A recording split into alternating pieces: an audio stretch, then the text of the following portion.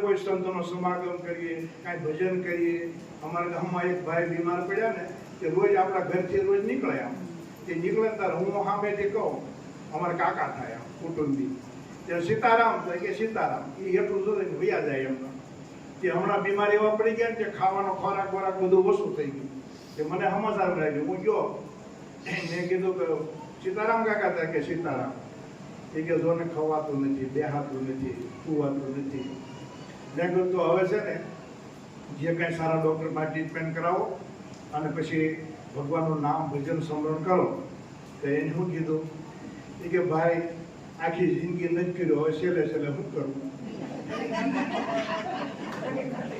આખી જિંદગી નથી કર્યું તો છેલ્લે છેલ્લે શું કરશું? કે એ કરતા હવે આ ગઈ એ એમ નામ કરી નાખો. શું કીધું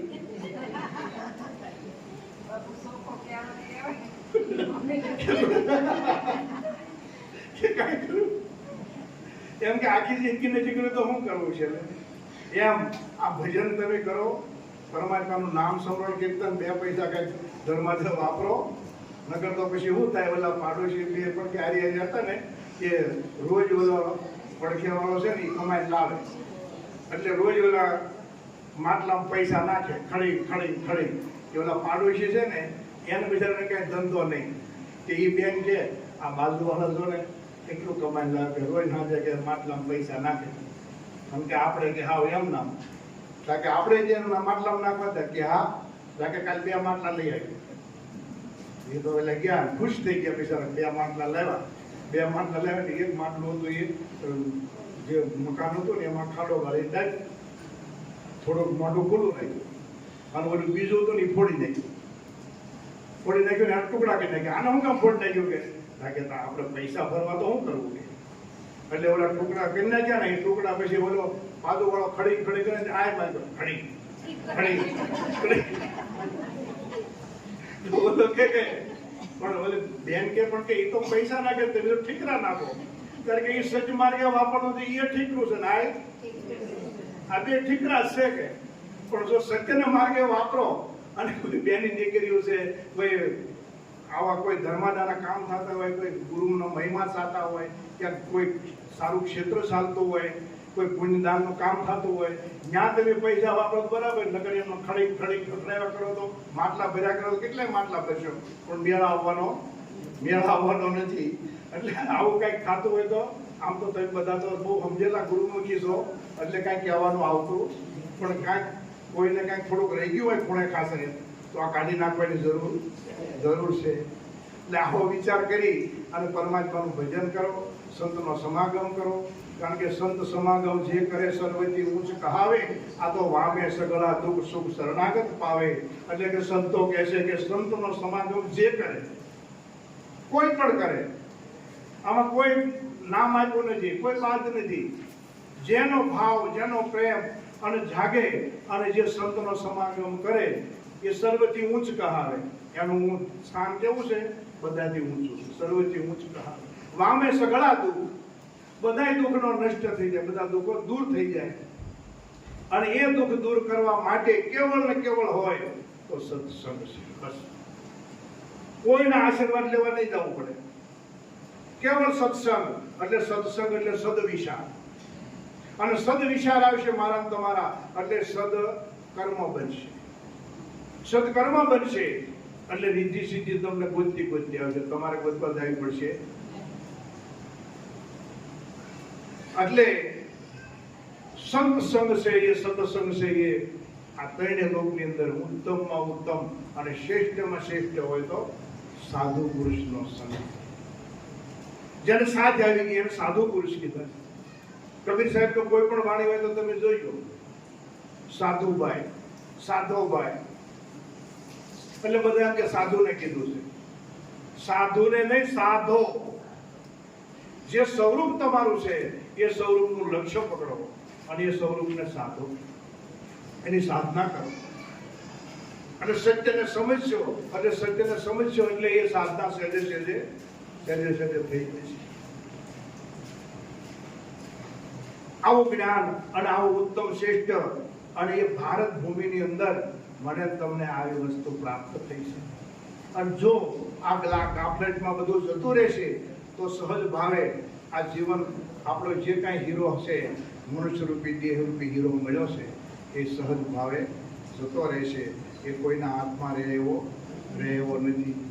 એટલે મહાપુરુષો તો આપણને એવી એની વાણીમાં કહેતા હોય છે, આવા અપરાધી કોણ છે રે જેને ભજન નો ભાવે, આવા અપરાધી કોણ છે રે જેને ભજન નો ભાવે, ભજન નો ભાવે અને ઊંઘ ઘણી આવે, ભજન નો ભાવે અને ઊંઘ ઘણી આવે. આવો અપરાધી કોણ છે રે જેને ભજન નો ભાવે, આવો અપરાધી કોણ છે રે જેને ભજન નો ભાવે, ભજન વિના માર ભૂતર વહે છે, ભજન વિના ભાર ભૂતર વહે છે.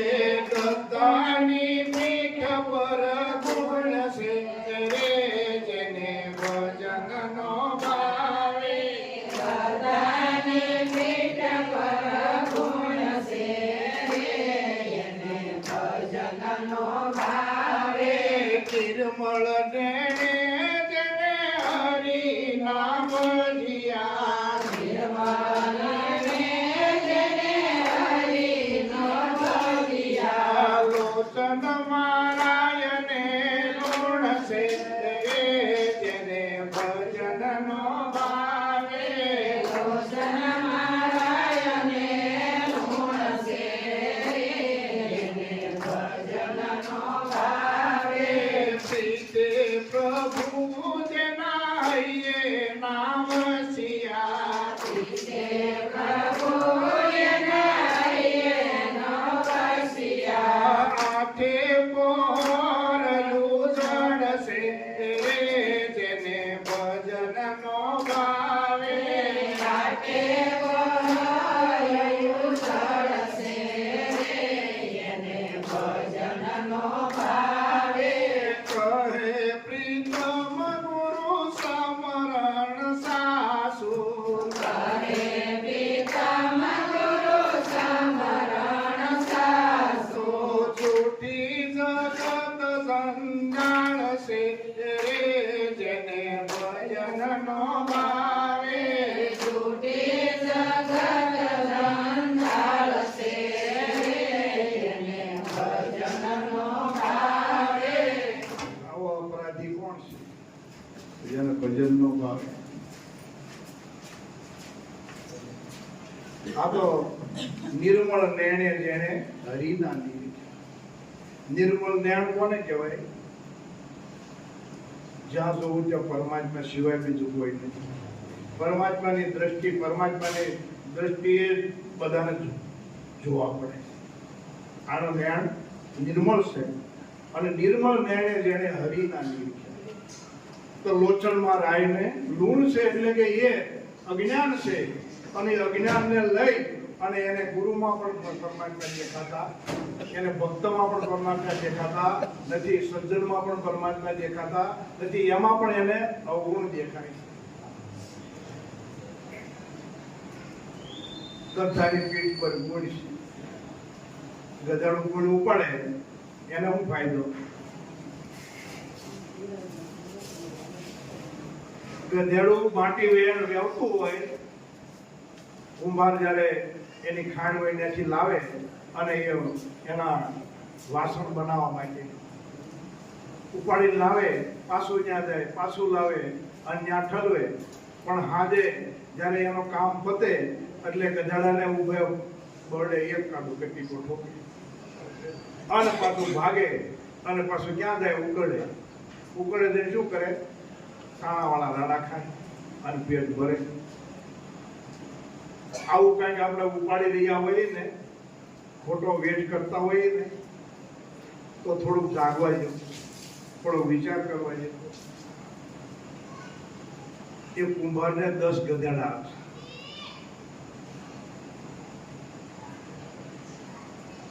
એટલે રોજ એ ગધેડા પાસે બધું કામ લે અને સાંજે બાપુ કહેતા હો, બાપુ દ્રષ્ટા આપતા હો,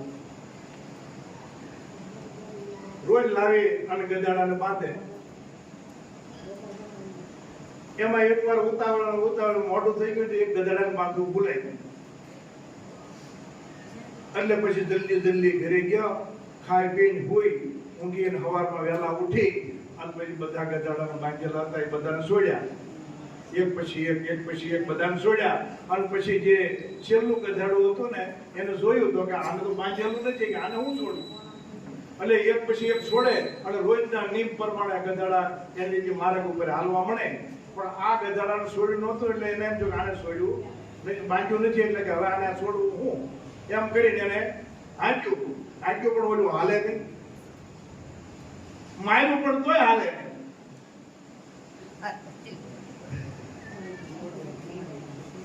હું સમજો છું.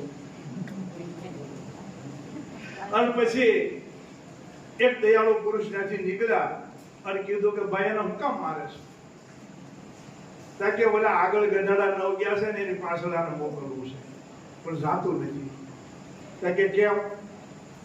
તાકે એને બાંધેલું નથી કે હાજે હું બાંધું ભૂલી ગયો તો અને ઓલા બધાને છોડ્યા એ બધા નીકળી ગયા એને માર્ગે, પણ કે આ નથી જાતું.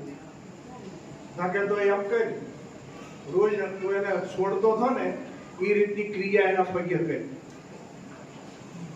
એટલે ઓલાને એ રીતે જ્યાં પગે અડ્યો ને આમ ઠેકડો માર્યો અને એને જો હું છૂટી ગયો અને ગયો. પેલા 9 હતા ને એની ભેગો કોણ ગયો? આ 10મો. કેમ ગયો? આ 9 તા ભક્તિ હતી અને આ 10મો એ ગુરુમુખી હતો, પણ એ પછી ગુરુનું વાક્ય ન માન્યો એટલે એને ટોળા ભેગો ટોળો પણ મુક્તિ થઈ, મુક્ત મનોને મુક્ત થયો નહીં. એટલે આવા ભ્રાંતિ પડી છે આ જીવને. એટલે બાંધ્યો નથી અને છતાંય કે હું બંધાયો છું એવું કરે છે. એટલે બાપુ એક દ્રષ્ટાંત આપતા કે એક ખેડૂત હતા ને, ખેડૂત એના ઘરના રોજ એટલે દર વર્ષે મેળામાં જાય. એટલે પેલા કીધું પટેલે કે રોજ દર વર્ષે તું જાશો ને તો કે હા મને જવા દે. કે હારું, પણ કે મેળો કેવો હોય મને ખબર, વાડીથી ઘરથી વાત બીજી કઈ મને ખબર નથી, પણ કે મેળો કેવો હોય ખબર નથી કે હું કદાચ ખોવાઈ જાવ તો. એટલે એના પત્ની હતા ને એને ગળામાં ગાળિયો નાખી દીધું. એ કે ધારે ખોવાઈ જવા લાગે ને એટલે આ ગાળિયા નડવાનું. એટલે કે સમજી લેવાનું કે હું ખોવાણો નથી. એમ આપણે પણ જ્યારે એમ લાગે દેહ ભાવ થાય એટલે ગુરુનું વચન. અને એ મેળામાં ગયા, આખા મેળામાં બધે ફર્યા અને ફરી અને થાકી ગયા ને એટલે ઝાડવા એટલે હુતા, ગાળીઓ ડોકમાં ને હુતા. એમાં એક ભાઈ નથી નીકળ્યા ને એટલે એમ જો કે આ ગાળીઓ નાખીને ગળામાં હુતો છે ને એટલે આને કાંઈક આનું કઈ કારણ તો હશે, રહસ્ય તો જ ગળામાં નાખે. એટલે પેલો ઊંઘમાં ગાઢ નિંદ્રામાં હતો ને ગાળિયો કાઢી લીધો અને પછી એની પેન લીધો, એને પી લીધો. ઓલો જાગ્યો એટલે કીધું કે જોયું ને કે હું ખોવાણો મળ્યો, હું ખોવાણો કરવા. એટલે આજુબાજુ બધા કે ભાઈ તું ખોવાણો તો ક્યાં ખોવાણો તો તું તો છે જ. એમાં આપણે પણ અજ્ઞાન કે જે આવરણ છે ને ત્યાં સુધી હું જન્મું છું, હું મરું છું, હું આવું છું, હું જાઉં છું, હું કરતા છું, હું ભોગતા છું, આવું બધું ભ્રાંતિ થઈ ગઈ. અને થોડુંક આમ હાલ્યો ને ત્યાં ઓલો ભાઈ ગાળો નાખેલો હતો ને એ આમ ફાળી ગયા આમ દોડીને ઓલાને પદ ભરી ગયો. હું મળી ગયો. ઓલો કે ભાઈ તું છોડ મને. કે ના હું મળી ગયો, પણ કે હું તું ખોવાનો જ નતો ને. પણ કે આ તો એમ આ ગાળિયો ઓલે પહેરી લીધો ને ઓલાને હું મળી ગયો. પેલા ખોવાનો તારું છું, ગાળિયો નીકળી ગયો કે હું ખોવાનો છું, અને જયારે ગાળિયો મળ્યો એટલે કે હું મળી ગયો. એમ ગુરુ મહારાજે મને તમને શાંત કરી એટલે હું મુક્ત થઈ ગયો. અને જ્યારે સામ નહોતી કરી ત્યાં સુધી ખોટે ખોટું ભ્રાંતિ હતી. હું ખોવાણો. સદગુરુ મહારાજની આવો મોંઘો મયો અવતાર જાગવા જેવો છે. આવો મોંઘો મારો અવતાર જાગવા જેવો છે. લેવા માનવ જીવનનો લાભ જાગવા જેવો છે. આવો માનવ જીવનનો લાભ જાગવા જેવો છે.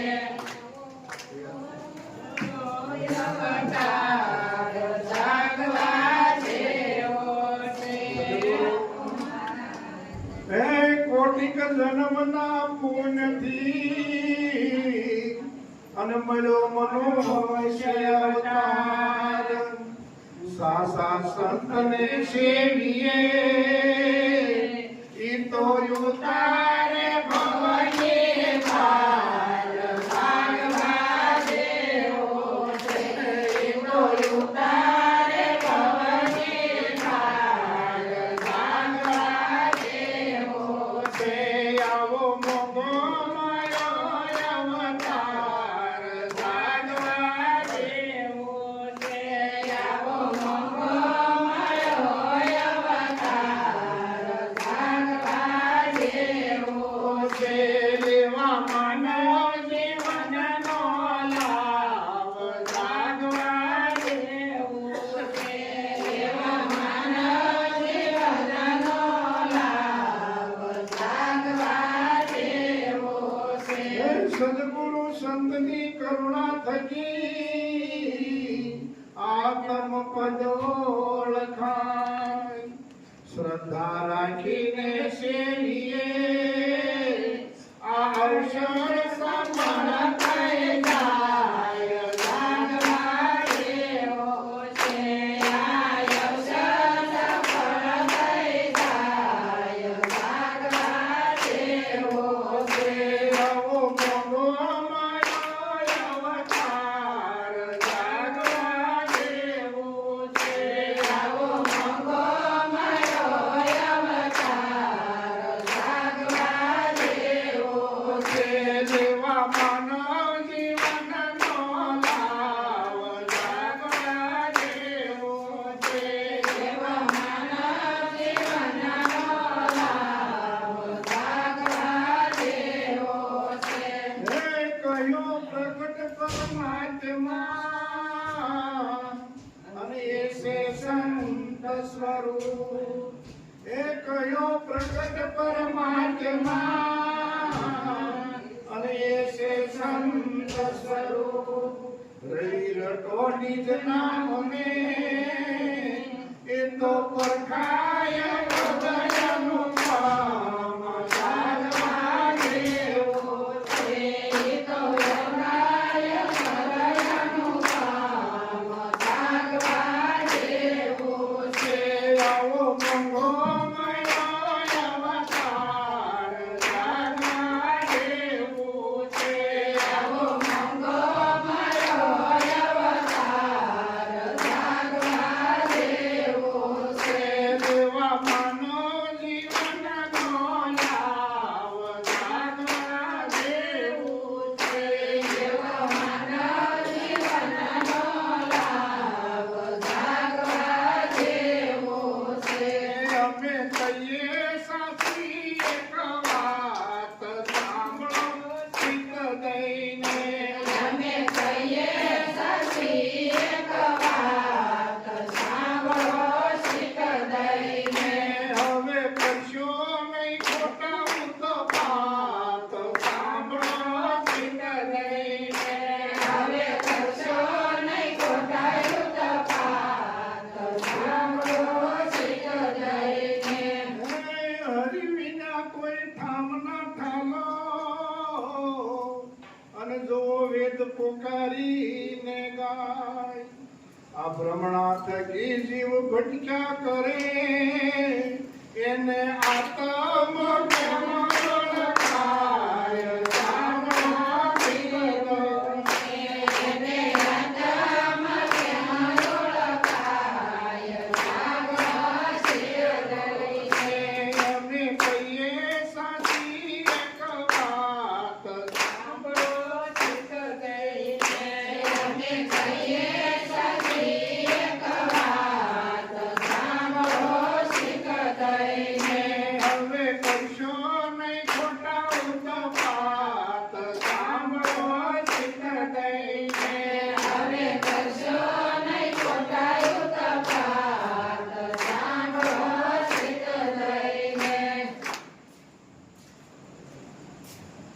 ખોટા ઉત્પાદ કરીએ કે હાચા, એ સદગુરુના શરણે જઈએ ત્યારે સમજ પડે છે, મને તમને પડી છે.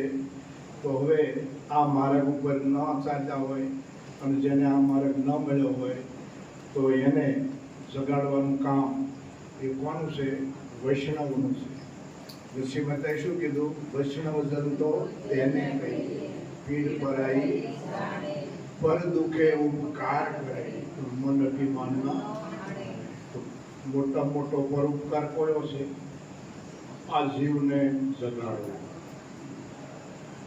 પરમાર્થ કી પ્રેરણા પીછે સ્વાર્થ માસે સુરો, નાક વિના નારાયણ ભૂલ્યો અર્થ રહ્યો અધૂરો. કોણ કે છે? વિરાટ.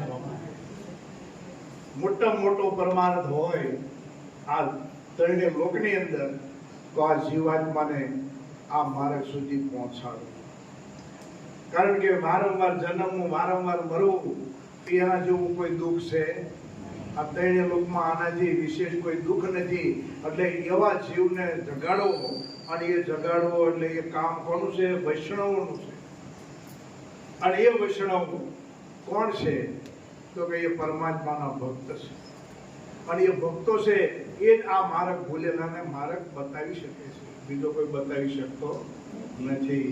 એટલે જે આવો જે ગુરુને શરણે જે કોઈને લાવે છે એને શું કહેવાય? પ્રેમ ગુરુ કહેવાય. એને શું કહેવાય? પ્રેમ ગુરુ કહેવાય. અને પછી એ જે ગુરુ પાસે લાવે, સદગુરુ પાસે, એને જ્ઞાન પ્રાપ્ત કરાવે અને એ જ્ઞાનનો ઉપદેશ કરે છે, એને સદગુરુ કહે છે. એટલે હાલ અત્યારે તમને કોઈ કહેતો હોય તો બરાબર છે, નકર મને તો 2 જણાએ કીધું છે કે પાપ હોય ત્યારે મને કહેજો. એટલે કોઈ જિજ્ઞાસુ હોય એને આપણે કહેવાનું છે, કોઈને પરણે લાવવાના નથી. અને સાધુ આપણે કઈ ટોળું ભેગું કરવું નથી કે હાલ બેહી જા, આવું કઈ કરવાનું નથી. પણ જેનામાં જિજ્ઞાસા હોય, જેને આ વસ્તુ પ્રાપ્ત કરવાની, જેને મોક્ષ પ્રાપ્ત કરવાનો છે, એને માટે આ વસ્તુ છે. આ જેમ તેમ વસ્તુ છે નહીં. આગળ હમણાં ગોરધનભાઈ કોઈ વાત કરી હતી કે સતયુગ, દ્વાપર, ત્રેતા, આ યુગોની અંદર આખું જીવન પ્રિય જે સંતોની સેવા કરે છે અને વારંવાર માગે છે, મને આ વસ્તુ આપો, મને આ વસ્તુ સમજાવો. છતાંય મહાપુરુષો છે એ આપતા નથી. છેલ્લે જીવન એનું પૂરું કરી દે છે, પણ છતાંય આખી જિંદગી સેવા કરે પણ છતાં આપતા નથી. પણ આજે હાલનો સમય એવો છે, કપરો છે. એટલે જો આવી કસોટી કરવા જાય તો આ જ્ઞાન કોઈ પ્રાપ્ત કરે એવું. એટલે ભગવાન કૃષ્ણ બોલ્યા છે ગીતાજીની અંદર કે આ યોગ મેં સૂર્યને કીધો તો સૂર્ય ઈશ્વકોને કીધો, ઈશ્વકોએ મનોને કીધો. અને આ પરંપરાગત આ જગતની અંદર આ યોગ લાંબા સમય સુધી આ પૃથ્વી ઉપર ચાલ્યો અને વૈશગાળામાં લઈ પામ્યો. એ જ પુરાતન યોગ. હે અર્જુનજી, હું તમને કહું છું. એટલે આ યોગ લઈ પામી જાય એટલા માટે સંતો મહાપુરુષો એ થોડી ઢીલ મૂકી છે કસોટી કરવા. હવે કસોટી નથી કરતા, છતાં પણ આ વસ્તુ પ્રાપ્ત કરવા માટે અમૂલ્ય વસ્તુ છે કે એક બાજુ 3 લોકની સામગ્રી મૂકો, પણ એક બાજુ આ ભૂમિકા જે પ્રાપ્ત કરવાની છે એ પણ તો એની તોલે આવે એવું. એટલે નિરાંત બાપુ કહે છે, જેની તોલે ના આવે 3 લોક, મારે જેની તોલે ના આવે 3 લોક, મારે જેની વિશ્વ વિચિત્ર છે ભાગ મને વાલો